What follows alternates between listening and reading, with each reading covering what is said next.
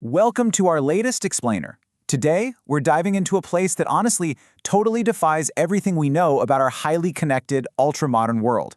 I mean, imagine a spot on the globe that is completely, absolutely cut off from the rest of humanity. And not by accident either, but by strict, deliberate design.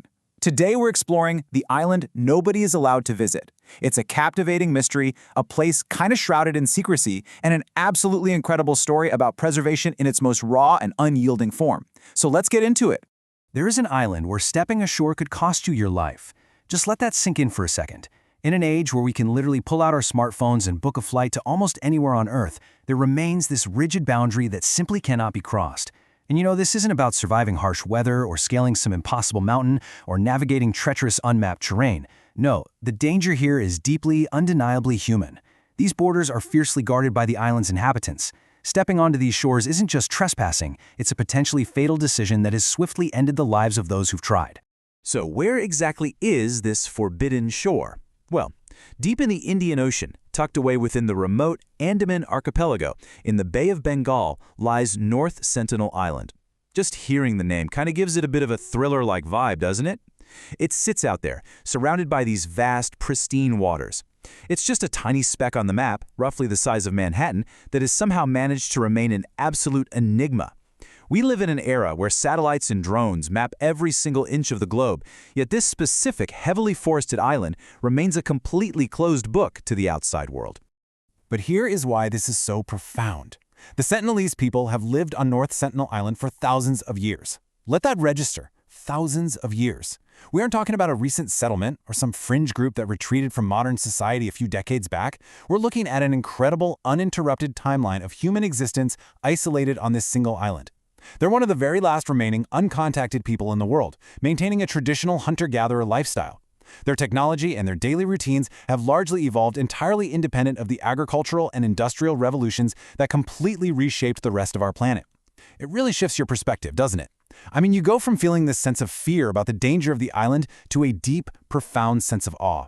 This is millennia of history and survival, unfolding entirely independent from the rest of human progress as we know it. So the absolutely crucial point here is how they've actually managed to maintain this incredible timeline. The Sentinelese reject all outside contact, period.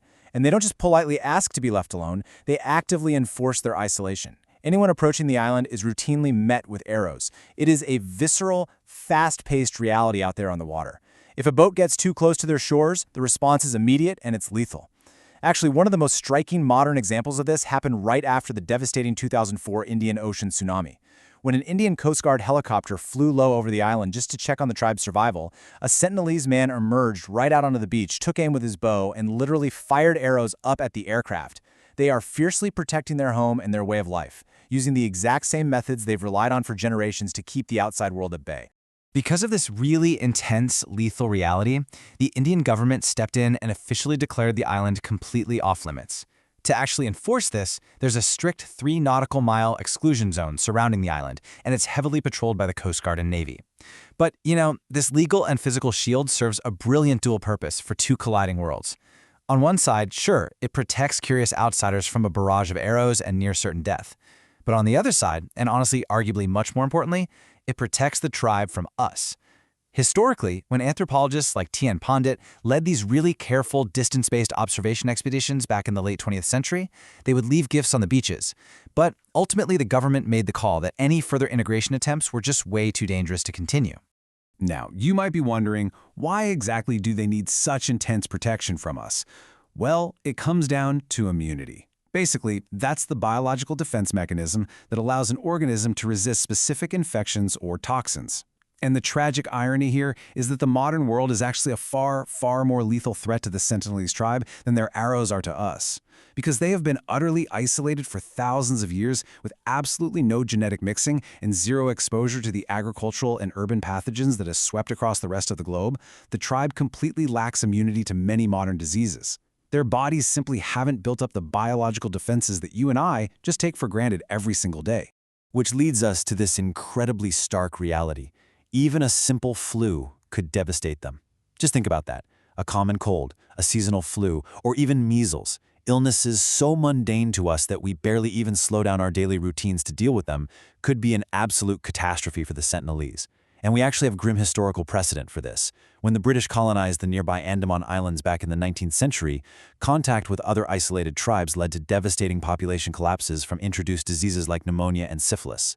Entire cultures were literally decimated within just a few years.